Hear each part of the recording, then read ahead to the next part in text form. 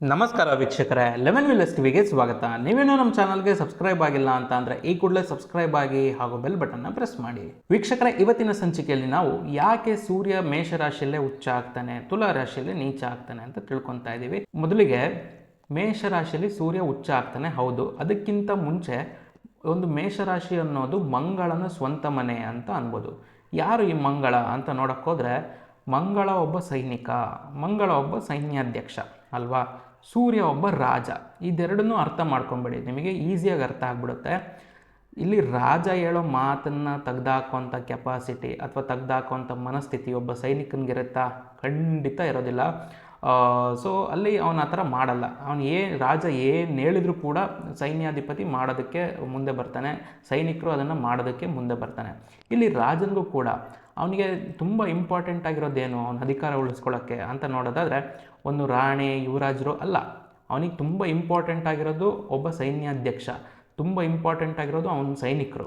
ಅವನು ಯಾವಾಗ ಖುಷಿಯಾಗಿರ್ತಾನೆ, ಅವನು ಯುದ್ಧ ಮಾಡಿದಾಗಲೇ ಖುಷಿಯಾಗಿರ್ತಾನೆ. ಬೇರೆ ರಾಜರ ಬಗ್ಗೆ ಗೊತ್ತಿಲ್ಲ, ಆದರೆ ಸೂರ್ಯ ಮಾತ್ರ ಅದೇ ಥರ ಮನಸ್ಥಿತಿ ಇರೋವಂಥವನು, ಎಲ್ಲರೂ ಈಕ್ವಲಾಗಿ ನೋಡೋವಂಥವನು. ಒಬ್ಬ ಕರೆಕ್ಟಾಗಿರೋ ರಾಜ ಹೆಂಗಿರಬೇಕು ಅನ್ನೋದನ್ನು ನಾವು ಹೇಳೋದಾದರೆ ಸೂರ್ಯನ ಥರ ಇರಬೇಕು ಅಂತ ಹೇಳ್ತಾರೆ.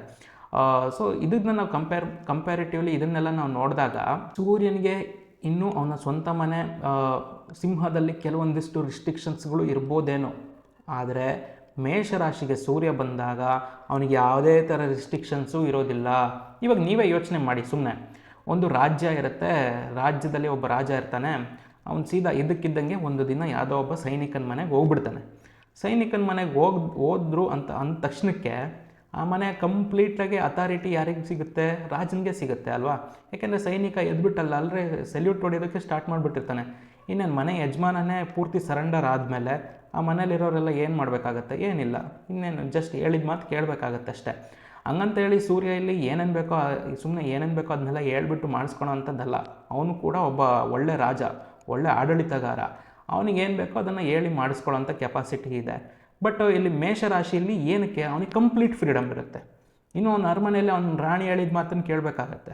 ಆದರೆ ಮೇಷರಾಶಿ ಒಬ್ಬ ಸೈನಿಕನ ಮನೆ, ಅವನು ಅಲ್ಲಿ ಏನು ಹೇಳ್ತಾನೋ ಅದೇ ಆಗುತ್ತೆ, ಅದೇ ಆಗಬೇಕು.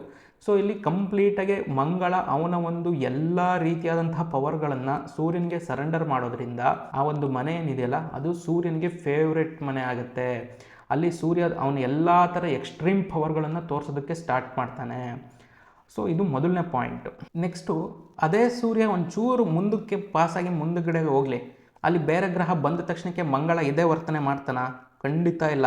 ಅವನ ಸೈನ್ಯಾಧಿಪತಿ, ನೆನಪಿರಲಿ, ಅವನಿಗೂ ಕೂಡ ಸಿಟ್ಟು, ಆಕ್ರೋಶ ಎಲ್ಲದೂ ಇರುತ್ತೆ. ಬೇರೆ ಗ್ರಹಗಳು ಬಂದರೆ ಅವ್ನ ಮಾತು ಕೇಳಲ್ಲ. ಅವನು ಎಲ್ಲೇ ಇರಲಿ, ಯಾವುದೇ ರಾಶಿಯಲ್ಲಿರಲಿ, ಆದರೆ ಮೇಷರಾಶಿ ಮೇಲೆ ಅವನಿಗೊಂದು ಹಿಡಿತ ಇದ್ದೇ ಇರುತ್ತೆ ಮಂಗಳನಿಗೆ. ಸೊ ಬೇರೆ ಗ್ರಹಗಳು ಬಂದ ತಕ್ಷಣಕ್ಕೆ ಅವನೇನು ಮಾತು ಕೇಳೋ ಅಂಥ ವ್ಯಕ್ತಿತ್ವನೇ ಅಲ್ಲ. ಸೂರ್ಯನಿಗೆ ಎಲ್ಲ ರೀತಿಯಿಂದನೂ ಅಲ್ಲಿ ಪರಿಸ್ಥಿತಿಗಳು ಅನುಕೂಲವಾಗಿ ಬರುತ್ತೆ. ಹಾಗಾಗಿ ಸೂರ್ಯ ಅಲ್ಲಿ ಉಚ್ಚ ಆಗ್ತಾನೆ. ಇನ್ನು ತುಲಾ ರಾಶಿಯಲ್ಲೇ ಯಾಕೆ ನೀಚ ಆಗ್ತಾನೆ ಅಂತ ನೋಡೋದಾದರೆ, ತುಲಾ ರಾಶಿ ಓನ್ಡ್ ಬೈ ಶುಕ್ರ ಅಲ್ವಾ. ಶುಕ್ರನ ಸ್ವಂತ ಮನೆ ತುಲಾ ರಾಶಿ.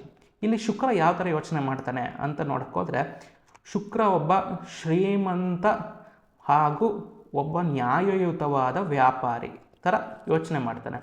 ತುಲಾರಾಶಿ ಸಿಂಬಲ್ಲೇ ಹೇಳುತ್ತೆ ತಕ್ಕಡಿ. ನ್ಯಾಯಕ್ಕೆ ನಾವು ಅಂದರೆ ನ್ಯಾಯದ ಪ್ರತಿರೂಪ ಅಂತ ನಾವು ಯಾವಾಗಲೂ ಕೂಡ ತಕ್ಕಡಿನ ಕರಿತೀವಿ. ಯಾವ ಕಡೆನೂ ಹೆಚ್ಚಿಲ್ಲ, ಯಾವ ಕಡೆನೂ ಕಮ್ಮಿ ಇಲ್ಲ ಅನ್ನೋ ಥರ ತೂಗುತ್ತೆ ಅನ್ನೋದು ಒಂದು ಕಾನ್ಸೆಪ್ಟು. ಅದಕ್ಕೋಸ್ಕರ ಆ ರಾಶಿಯ ಹೆಸರು ಕೂಡ ತುಲಾ ಅಲ್ವಾ. ತುಲಾಭಾರ ಇದೆಲ್ಲದನ್ನು ಕೇಳಿರ್ತೀರ. ಸೊ ನ್ಯಾಯ ಯೂಶಲಿ ಅಲ್ಲಿ ಯಾರು ಏನು ಪಡ್ಕೊತಾರೆ ಅಷ್ಟಕ್ಕೆ ಮಾತ್ರ ಫಲ ಕೊಡುವಂಥ ಮನೆ ತುಲಾ. ಇವನು ಸೂರ್ಯ ನೋಡಿದರೆ ರಾಜ. ಅಲ್ಲಿಗೆ ಹೋಗಿ ತುಲಾರಾಶಿ ಎಂಟ್ರಿ ಆಗ್ತಿದ್ದಂಗೆ, ನೋಡಪ್ಪ ನೀನು ಎಷ್ಟು ಕೆಲಸ ಮಾಡ್ತೀಯೋ ಅಷ್ಟು ಮಾತ್ರ ದುಡ್ಡು ಸಿಗುತ್ತೆ, ನೀನೇನು ಪುಣ್ಯ ಮಾಡ್ತೀಯೋ ಅದಕ್ಕೆ ಮಾತ್ರ ಫಲ ಸಿಗುತ್ತೆ, ನೀನು ಹೇಳ್ದಂಗೆಲ್ಲ ಕೇಳೋಕ್ಕಾಗಲ್ಲ ಇಲ್ಲಿ. ಈ ಥರ ಒಂದು ರಿಸ್ಟ್ರಿಕ್ಷನ್ಸ್ಗಳು ಸೂರ್ಯನ ಮೇಲೆ ಬೀಳೋದಕ್ಕೆ ಸ್ಟಾರ್ಟ್ ಆಗುತ್ತೆ.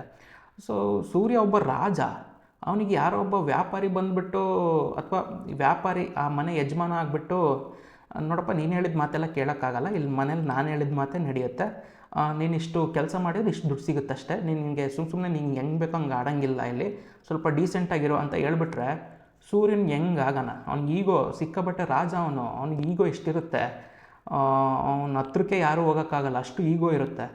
ಅಂಥ ಈಗೋ ತುಂಬ ಹರ್ಟ್ ಆಗಿಬಿಡುತ್ತೆ. ಆದರೆ ಏನು ಮಾಡೋಕ್ಕಾಗಲ್ಲ, ಗ್ರಹಗಳಿಗೂ ಕೂಡ ಗ್ರಹಚಾರ ಇರುತ್ತೆ. ಸೊ ಅವನ ಪರಿಸ್ಥಿತಿ, ಅವನ ವಿಧಿ ಆ ಥರ ಇರುತ್ತೆ. ಅವನಿಗೆ ಬೇಡ ಅನಿಸಿದ್ರೂ ಆ ಮನೆಯಿಂದ ಅವ್ನು ಪಾಸ್ ಆಗಲೇಬೇಕಾಗತ್ತೆ.